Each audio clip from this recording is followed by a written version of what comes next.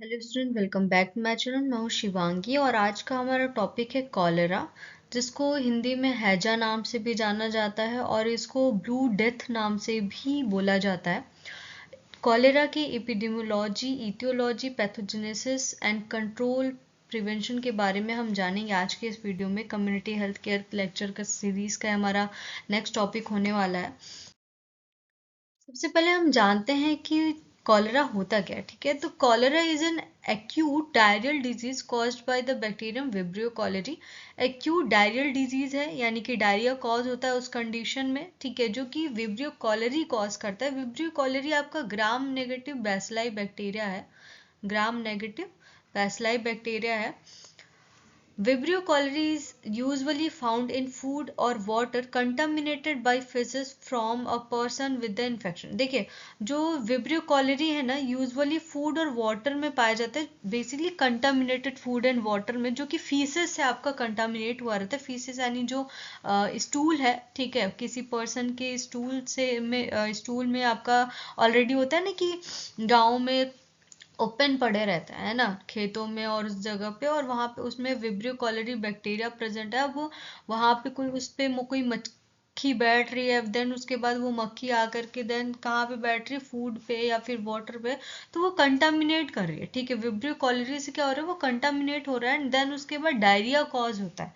ठीक है, vibrio cholerae के इन्फेक्शन की वजह से जब वही फूड और वाटर हम इंजेस्ट करते हैं, ठीक है, it is a public health concern particularly in regions with inadequate sanitation and unsafe drinking water.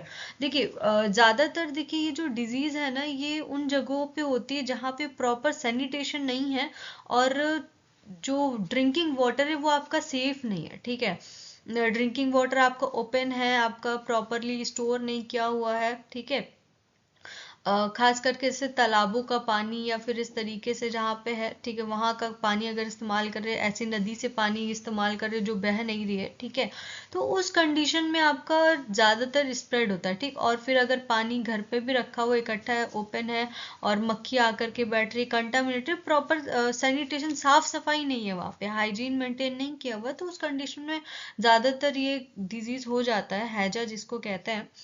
The disease can lead to severe dehydration and death if untreated. अगर ये अनट्रीटेड रहा, अगर प्रॉपर टाइम पे आपने ध्यान नहीं दिया, अगर ट्रीटमेंट सही तरीके से नहीं ली, तो सीवियर डिहाइड्रेशन कॉज करता है और जिसके वजह से कभी कभी क्या होती है, डेथ भी हो सकती है पर्सन की। ठीक है, अगर सही तरीके से ट्रीट नहीं किया गया, डायरिया होते होते देन वो इन्फेक्शन आपका स्प्रेड हो जाता है, उस कंडीशन में जो पर्सन, उसकी डेथ भी हो सकती है।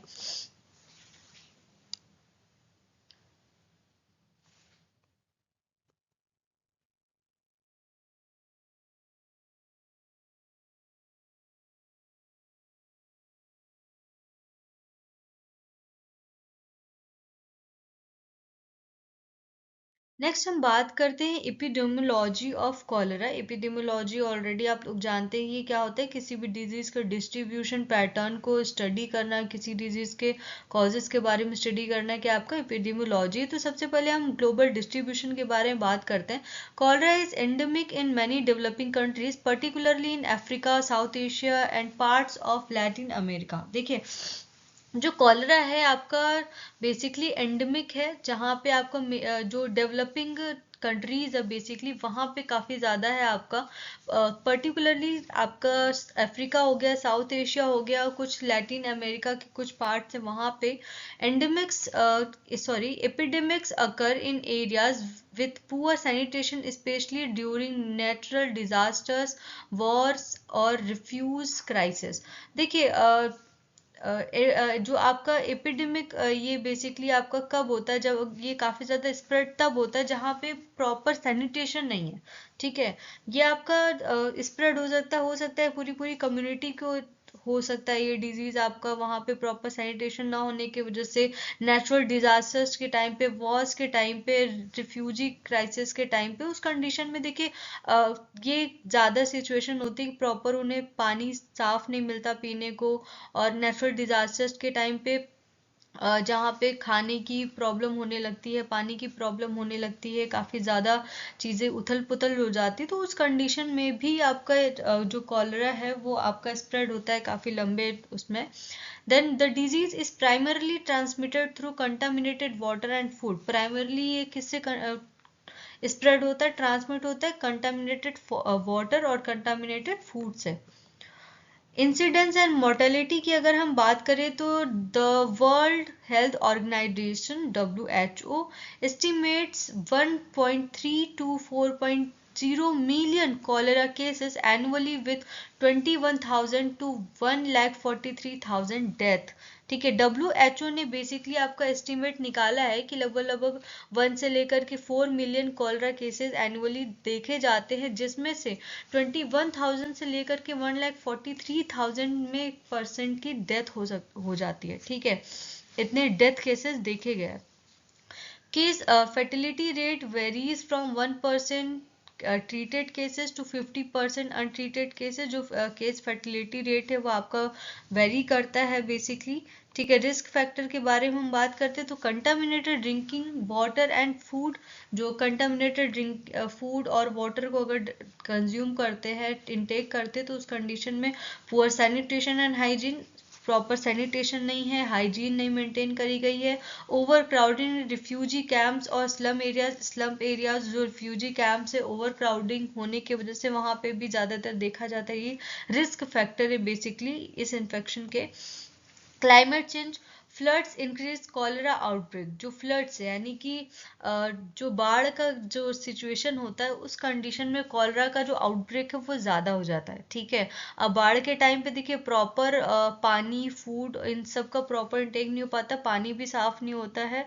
ठीक है, और उस कंडीशन में ये जो चीज़ें हैं काफ़ी ज़्यादा, ये जो आपका डिजीज़ है काफ़ी ज़्यादा स्प्रेड होता है। ठीक है, देन उसके बाद malnutrition increases susceptibility of to infection. Malnutrition अगर कोई पर्सन है तो उस कंडीशन में कोई भी बैक्टीरिया का इन्फेक्शन बहुत ही ईजिली उसमें हो जाता है। ठीक है,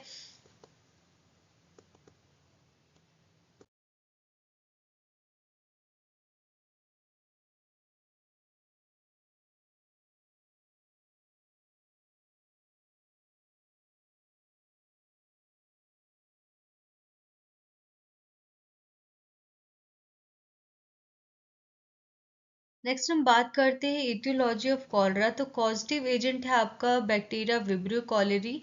सेरो ग्रुप्स है जो इसके, वो बेसिकली O1 है आपका, O139 है।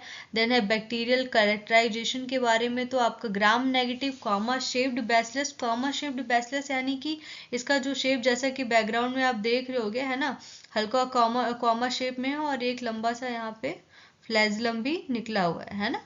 ठीक है, कुछ इस तरीके से इसका शेप होता है ये, और यहाँ पे एक लंबा फ्लैजिला निकला होता है इसमें। ठीक है, तो ये बैसिलाई में ही आता है, ग्राम नेगेटिव बैसिलाई है आपका। Motile due to a single polar flagellum. Single polar flagellum की वजह से मोटाइल होता है बैक्टीरिया। फैकल्टेटिव एनारोब्स होते हैं ये, कैन सर्वाइव विद और विदाउट ऑक्सीजन। ऑक्सीजन के बिना भी ये सर्वाइव कर जाते हैं। Produces cholera toxins responsible for severe diarrhoea. देखिए, जो ये बैक्टीरिया है ना, ये कॉलरा टॉक्सिन्स प्रोड्यूस करता है, जिसकी वजह से सीवियर डायरिया कॉज होता है। नेक्स्ट हम बात करते हैं पैथोजेनेसिस ऑफ कॉलरा के बारे में। तो सबसे पहले देखिए, जो बैक्टीरिया है वो होस्ट में क्या करता है, एंट्री करता है। ठीक है, किसके through? The bacteria इंटर्स the body through contaminated food और वाटर। जो बैक्टीरिया है वो कंटामिनेटेड फूड और वाटर की वजह से हमारी बॉडी में एंटर करता है। देन क्या होता है, दे सर्वाइव द एसिडिक इन्वायरमेंट।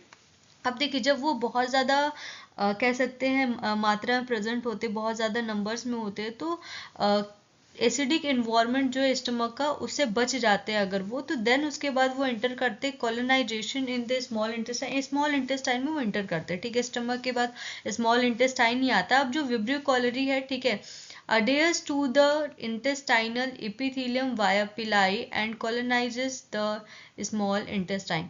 अब जो विब्रियो कॉलोरी है वो इंटेस्टाइनल एपिथेलियम से क्या करता है, अटैच हो जाता है पिलाई के through.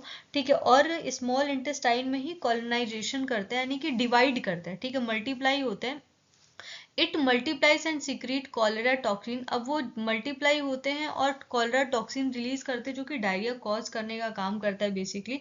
Toxin production and mechanism of action. Cholera toxin consist A and B subunit. देखिए जो कॉलेरा टॉक्सिन है उसमें दो सब यूनिट होते हैं ए और बी।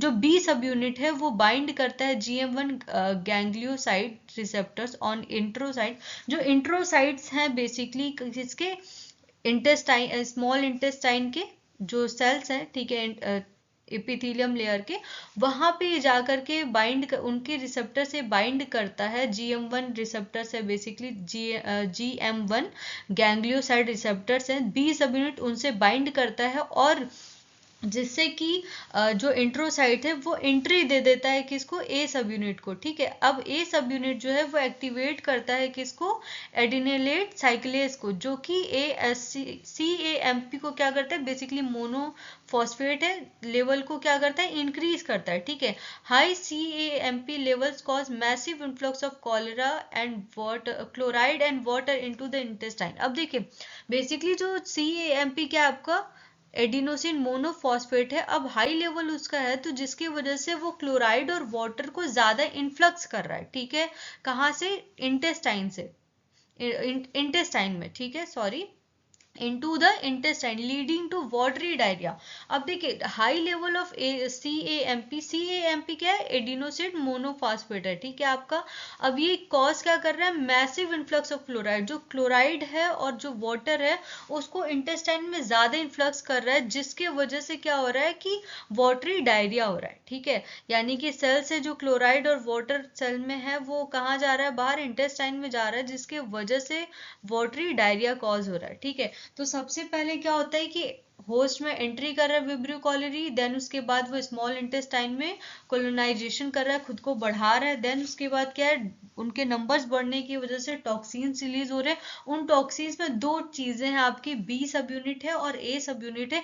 बी सब यूनिट क्या कर रहा है, स्मॉल इंटेस्टाइन के जो सेल हैं, ठीक है, उसमें जो रिसेप्टर्स है उससे जाके बाइंड कर रहा है और उसको ओपन कर, जिससे ए सब यूनिट एंटर कर रहा है और एडिनिलेट साइक्लेज आपको एक्टिवेट करता है, एडिनिलेट साइक्लेज को क्या कर रहा है, एक्टिवेट कर रहा है, जिससे कि CAMP लेवल इंक्रीज हो जाता है। अब हाई लेवल ऑफ CAMP क्या कर रहा है कि मैसिव इन्फ्लक्स कर रहा है, यानी कि जो आपके क्लोराइड का लेवल है और जो आपका वाटर का लेवल है वो इंटेस्टाइन में इंक्रीज कर रहा है, जिससे कि वाटरी डायरिया कॉज हो रहा है।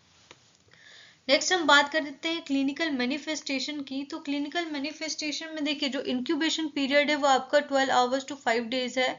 Profuse watery diarrhoea, rice water stool, basically आपका वाटरी डायरिया रहता है, सीवियर डिहाइड्रेशन होता है, हाइपोटेंशन होगा, शॉक होगा, हाइपोकैलीमिया है, low level of potassium level होता है जब अगर इलेक्ट्रोलाइट चेक करेंगे तो, लीडिंग टू मसल क्रैम्प, जिसकी वजह से मसल क्रैम्प्स भी होते हैं। Metabolic acidosis due to bicarbonate loss, bicarbonate के लॉस के वजह से क्या हो रहा है, वहां पे मेटाबॉलिक एसिडोसिस हो रहा है। If untreated, death can occur within hours due to dehydration and electrolyte imbalance। Electrolyte imbalance के वजह से और डिहाइड्रेशन की वजह से क्या हो रहा है कि अगर ट्रीटमेंट सही तरीके टाइम से नहीं दिया गया तो पर्सन की डेथ भी हो सकती है। ठीक है, देन हम बात करते हैं control and prevention. Next topic है हमारा कंट्रोल एंड प्रिवेंशन। अब कंट्रोल कैसे करें कॉलरा को, तो सबसे पहले क्या है कि वाटर एंड सैनिटेशन मेजर्स, जो वाटर और सैनिटेशन मेथड्स हैं उस पर थोड़ा सा ध्यान देने की बात है। ठीक है, सबसे पहले सेफ ड्रिंकिंग वाटर, जो भी पीने का पानी हो वो काफ़ी ज़्यादा सेफ हो। ठीक है, बॉइलिंग, क्लोरिनाइजेशन और फिल्ट्रेशन। क्लोरिनाइजेशन जो ओपन आपके बेसिकली स्विमिंग पूल और जो अदर जहाँ पे नगर पालिका बेसिकली अगर पानी आपका स्टोर कर रहा होता है तो उस टाइम पे उसमें क्लोरीन डाल करके रखते हैं वो। ठीक है, और फिल्ट्रेशन हो प्रॉपर, बॉइल करके जो ड्रिंकिंग वाटर है हम उसका इस्तेमाल करें। प्रॉपर सीवेज डिस्पोजल, जो भी सी वेजेस हैं उनको प्रॉपर डिस्पोज किया जाए। ठीक है, कंटामिनेशन ऑफ ड्रिंकिंग वाटर को प्रिवेंट करें, जो आपका वाटर पॉल्यूशन है बेसिकली। ठीक है, वो भी एक रीजन है आपके किसके, कॉलरा का। ठीक है, hygiene practices, hand washing with soap and clean water, hygiene practices proper करनी चाहिए जिससे कि proper sanitation method, hygiene maintain रह सके, ठीक है। वैक्सीनेशन नेक्स्ट है आपका, oral cholera vaccine provide short term protection. Oral cholera vaccines भी होते हैं जो कि शॉर्ट टर्म आपके प्रोटेक्शन प्रोवाइड करते हैं, ठीक है। देन उसके बाद हम बात करते हैं पब्लिक हेल्थ इंटरवेंशंस की। पब्लिक हेल्थ इंटरवेंशन में बात करते हैं सर्विलांस, ठीक है, early detection and reporting of cases. अब देखिए पब्लिक हेल्थ के बेसिकली काम क्या है इसमें, तो इसमें जो आपका जो डिजीज है उसको अर्ली डिटेक्ट करना और जो केस की रिपोर्टिंग है उसको भी ध्यान में रखना है, ये एक इम्पॉर्टेंट काम होता है पब्लिक हेल्थ इंटरवेंशंस में। देन उसके बाद आपको क्या करना है, rapid response teams to contain outbreaks. जो भी आउटब्रेक्स है उनको कंटेन करने के लिए, ठीक है, रैपिड रिस्पॉन्स टर्म्स का इस्तेमाल करना चाहिए। देन उसके बाद हेल्थ एजुकेशन पे हम आते हैं, promoting hygiene and food handling.